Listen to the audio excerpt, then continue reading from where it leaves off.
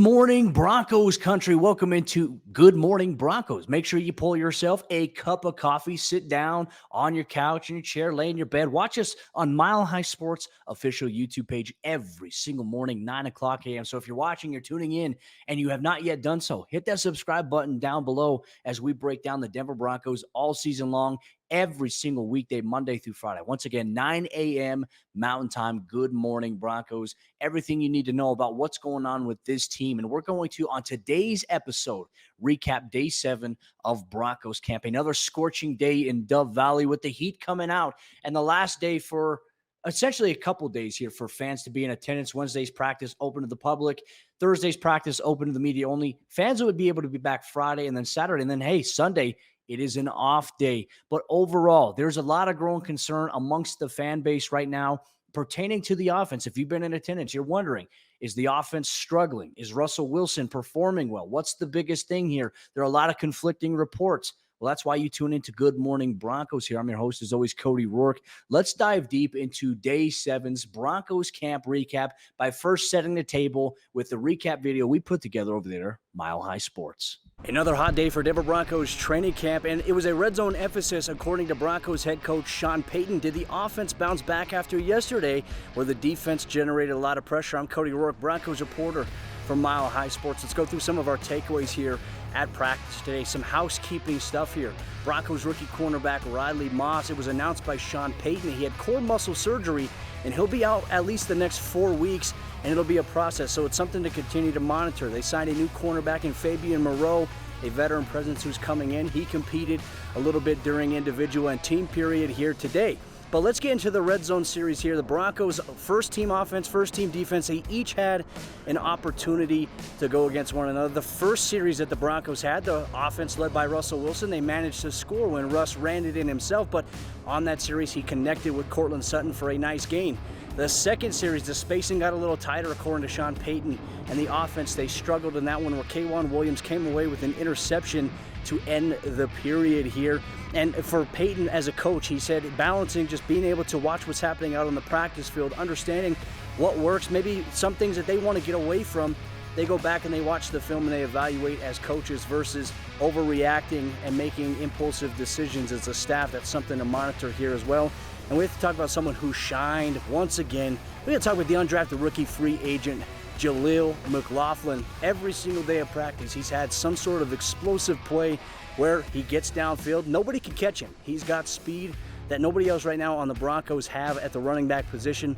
He'll be a player to watch as the team gears up for preseason. I'm Cody Roark of Mile High Sports. We'll be back tomorrow for another Broncos recap. Obviously, a lot to take away from the theme of the day being red zone period. And as we know, the Broncos' red zone offense was not very good last year. Red zone defense was pretty solid for the most part. And you're going to get it here in training camp practices. And I think this is the biggest thing that gets lost in the conversation. Training camp is so hyper over-analyzed, every throw, every mistake. But I think people fail to realize practice is where the mistakes are supposed to be made. You're supposed to go out there and maybe test something. And look, keep in mind here, Russell Wilson, the Broncos offense, yeah, they have talent on that side of the ball, but they're also throwing the ball against guys like Patrick Surtain, Justin Simmons. They're being tested on the outside with pressure on the inside from the defensive line, the pass rush, Jonathan Cooper, Randy Gregory, Frank Clark, Nick Bonito getting involved in the mix. You have to find a way to just rebound from that. It's been 3 days of padded practice, and so far a lot of the dialogue and conversation that I have seen, and I've had fans reach out and I've had fans message me, is it as bad as people are making it out to be? In my opinion, the other day, I think Russell Wilson probably didn't have a good day overall, but during the red zone period, the team period, obviously Russell Wilson found Justin Simmons for another interception on a pass intent for Courtland Sutton. He kind of floated it a little too high. Justin Simmons made a great play. This was in team period. And then that led them to go into their red zone period here. And I think this is where everything matters in terms of our conversation is, can the offense bounce back? And they did in that red zone period. And here's exactly what happened. First play that they had there, Russell Wilson took the snap. Pressure came from the interior, came from the outside. He dipped up, used his mobility, ran for a 3 or 4 yard gain. The very next play, he found wide receiver Courtland Sutton for a 12 to 14 yard catch that gave the Broncos a first down, but it was also a first and goal situation here for them. The very next play, Russ took the snap, pressure came wide. He dipped up underneath. He used his legs and he ran it in for a touchdown. The offense won the first red zone series of the afternoon yesterday in Dove Valley. So there are some things you can build off of it. And it started from the 24-yard line going in. That is what you want to see. You want to be able to capitalize in that area versus stalling out and having to settle for a field goal. And hats off to the defense. Once again, Vance Joseph giving them simulated looks that will give them a better idea for how they're going to operate defensively. But it's good for the offense to have that type of pressure, to have that type of, I would say, rush in Russell Wilson's face a little bit, because he's going to need that, because every team that the Broncos play this upcoming season, they're going to find a way to generate pressure on Russell Wilson. I think it's so important it doesn't get lost, so we don't focus on every little negative detail in practice. Practice is where you want to make the mistakes. Now let's get to the second red zone series of the day here for the Broncos. This one was a little bit closer, as Sean Payton had said, in terms of where they're at in comparison to the first red zone series. Russell Wilson looked for Cortland Sutton. It fell incomplete. He had Jerry Jeudy wide open for a touchdown, and then he did have an errant throw on this one. Missed Jeudy for that. Would have been a touchdown here for the Broncos. And then the third play, he was looking for another passing attempt, and K'Wan Williams out of the nickel spot made a terrific play on the football and came away with the interception. And so the storyline you're going to see on Twitter, the storyline you're going to see from people who love to write a lot of clickbait and headlines to try to stir up controversy, Russ didn't have the best day overall in that second series, but I think Russ, for the most part, like, he's going through and he's being aggressive. It's a different story if you're seeing a guy just be reckless with the football. Russ is trying to get guys the ball. He's trying to make plays. He's forcing it, yes, into some tight windows, but we have to remember Russ has an arm where he can fit it into tight windows. He's done that throughout his career. Now you go back on the practice film. This is what Sean Payton and his coaching staff do every single day. You go through, you take a look at it, and you feel, okay, this is something that we need to build on. This is something I feel comfortable with. We're not so good at this right now. Maybe we just put this on the shelf for a little bit. That's what Broncos head coach Sean Payton said after practice regarding that. But another thing as well, with the headlines coming out and the perception that Russ is doing really bad at training camp, Sean Payton was asked by our good friend Mike Kliss whether or not he's concerned about the struggles that Russell Wilson has had. Oh, you're asking me to grade today's practice? Yeah, I'm sure today was a nice day. The temperature's good. We had a good crowd. Yeah, no big whoop. I think he's doing fine. He has been doing fine. And look, if we're going to sit here and tally bad throws, interceptions at practice, I don't think a lot of people realize what happens during regular season practices, right? Training camp practices open to the public. A lot of people see things. There's times where quarterbacks, Patrick Mahomes, other guys around the league, they throw interceptions in practice in the regular season. You never see it reported on because we're not allowed to report on those types of things. But this is where I think we get so hyper vigilant on, okay, he threw an interception this practice. It's automatically a bad practice. Russell Wilson's going to get better as everything goes on. And Sean Payton noted after practice, well, they're still going through their install on the offensive side of the ball. The defense has a lot of things from last year really in place, with a couple of new sprinkles thrown in here by Vance Joseph. For the most part, though, the offense is going to be slower to come along. And I think it's way too early to be overreacting to what's going on just yet. I think if we get to the point, let's say the second preseason game, if you follow the standard in which how it's always been done in the NFL, starters usually play a half in that second preseason game. They tend to not play the third game at all. If that is the case, if Russell Wilson's struggling in that game, in a live game situation against other starters on another team, which it will be the San Francisco 49ers defense at that point, if they play their starters, then I'd say, yes, let's be concerned a little bit if he's still struggling to pick things up. But practice, folks, we are just 3 days in to padded practice. Everything changes. And not just for the quarterback, not just for the defensive line, but mainly for the offensive line. Throughout OTAs and minicamp, there's no engaging with another player, with another body. Now that the pads are on, there has been engagement with opposing defenders there. This is the real simulated look that they are now getting, because they've just been hitting these small little handbags. You can only get so much out of that. You work on technique, you work on hand placement. So not a big worry yet in my concern. Now, kind of going back to the red zone period, here's what Broncos head coach Sean Payton had to say about how he evaluated the red zone series with the first team offense on the first one, and then the second series with the first team offense to close out practice. Not bad. I mean, look, we're kind of moving the ball on our own, like per the script. And we'll look at the tape. That overall, I thought pretty good. I mean, look, we got some pressure looks. It was kind of back and forth, but the first red zone period at this end was a little bit higher, further out, and then a little bit more in tight on the second one. And so you're going to get different looks. And I like how he talked about, and he explained that in certain situations, as you get closer to the end zone, the field size, it shrinks a little bit, and you have to really adjust whether your route concepts, your spacing, what that's going to look like, because the defense has the ability to kind of congest some of your important passing lanes. But this is where you need to be able to run the football. Now, it's worth noting that the Broncos, any players who had a major injury last year or an ACL, Javonte Williams, Aaron Patrick, the goal under Sean Payton, as he's directed them, is they'll practice with pads for 2 days in a row. The third day of padded practice, they'll have that off. So Javonte Williams, Aaron Patrick expected to be back this morning at Thursday's practice at the Centura Health Training Center.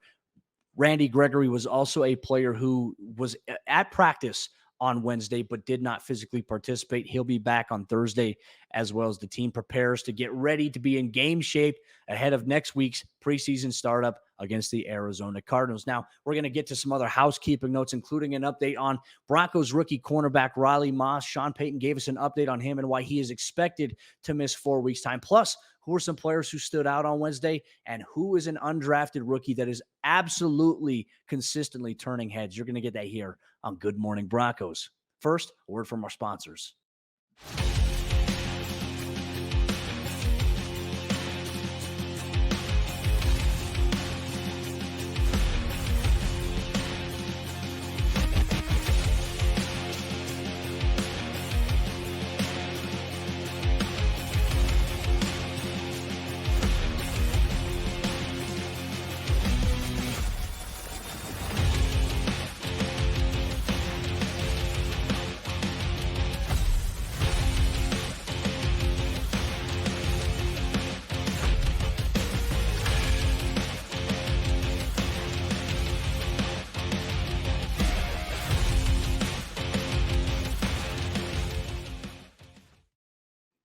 As we continue on this morning here, Good Morning Broncos. Just a reminder, you can get us every single day, Monday through Friday, 9 o'clock a.m. Mountain Time on the Mile High Sports YouTube page. I cover the Denver Broncos in person every single day. You can check out my written work, milehighsports.com. We also have some other beat writers on the Avs, the Rockies, the Nuggets. Make sure you check out their written work as well. But let's continue on with our Day 7 observations from Broncos camp. Some housekeeping notes here as pertains to some injury stuff here. Broncos rookie cornerback Riley Moss is expected to miss the next 4 weeks after having core muscle surgery, according to Broncos head coach Sean Payton. This is something that came up. He had surgery in Philadelphia. I believe it was Dr. Myers who Sean Payton had pinpointed there. He's one of the best in the business when it comes to that, but he will miss 4 weeks. And let's think about it. Up to 4 weeks from now, the regular season is going to be here.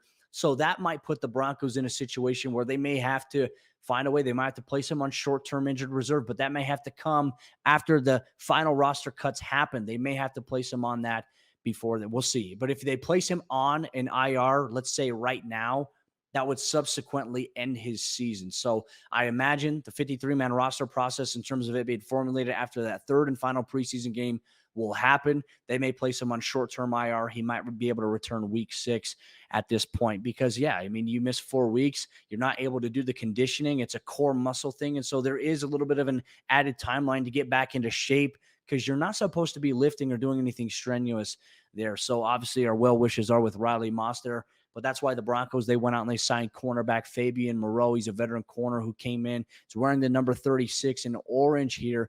Had a couple of breakups in one-on-one periods and had some good work during the team period overall for the Broncos. He'll get more fully ingrained in the playbook, and we'll see him probably play quite a bit in the preseason alongside some other players that we have our eyes on here. But some other injury news, no update as of yet on Broncos inside linebacker Jonas Griffith, who went down a couple of days ago in practice. Sean Payton said they're waiting to find out a little bit more before making any kind of decision, whether it be a roster or personnel move there.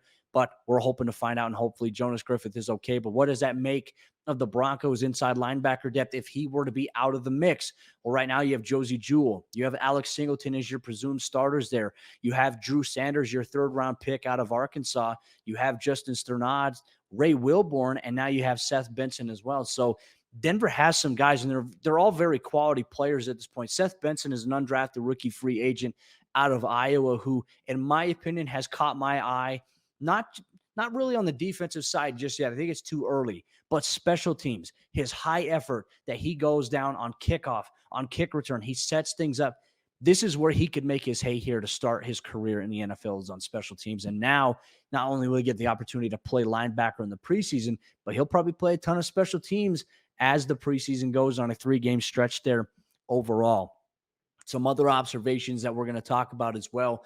Ben DiNucci, Jarrett Stidham, 2 quarterbacks behind Russell Wilson. Both had pretty good days, in my opinion, from my observation. And Adam Troutman was really the beneficiary of their production from these guys. He found them down deep. Adam Troutman had some vertical plays downfield. Ben DiNucci found him once. Jarrett Stidham found him once. And then Ben DiNucci found Lil Jordan Humphrey down the left sideline for a big play. Jarrett Stidham on one play as well found Greg Dulcich for a big-time catch and run. So you want to see something out of your backup quarterbacks, and presumably DiNucci, Stidham, these 2 guys are probably going to play a ton of reps in the preseason, considering Denver has 3 quarterbacks on the roster. May see Russell Wilson and the starters for a quarter in the first preseason game against the Cardinals next week, presumably a half against the 49ers, and then probably not play at all against the Los Angeles Rams in the 3rd and final preseason game. But you have to figure out a way to get balance with these guys and seeing the command of the offense. Are they finding ways to get in and out of the huddle with tempo? That's something that Sean Payton really has stressed that he wants from everybody on the offensive side of the ball. So far, a good command of the operation for the Broncos offense and the backup quarterbacks. And some final news and notes here as well. An undrafted rookie free agent has consistently been turning heads. You've heard me talk about him here on the show. You heard me talk about him in my columns, my video post recaps there. Jaleel McLaughlin looks like the real deal with football pads. He'll have hefty competition from Tyler Beatty, and he'll also have competition from Tony Jones Jr. I'm very curious to see how these guys run in the preseason. It's very exciting, but nobody on this team, in my opinion, has the speed that Jaleel McLaughlin currently possesses. And then one final note that we'll leave you with on today's episode of Good Morning Broncos. One player who thrived during one-on-ones we want to see a little bit more of on the offensive side of the ball during the second or third team groups and even special teams. Taylor Grimes, in the one-on-one period, he had his way against opposing defenders. He won a one-on-one matchup against PJ Locke, and he also got Justin Simmons in a one-on-one as well. Moves very fluidly. And I made a joke on the Locked On Broncos podcast that better hope that Bill Belichick doesn't see this guy, because he might just turn into the next Wes Welker or Julian Edelman. But Broncos country, practice is going to begin here shortly at the Centura Health Training Center. I've got to get over there. I've got to put the sunscreen on. Thank you so much for waking up with us for another episode of Good Morning Broncos. We'll be back tomorrow for a brand new installment of the show.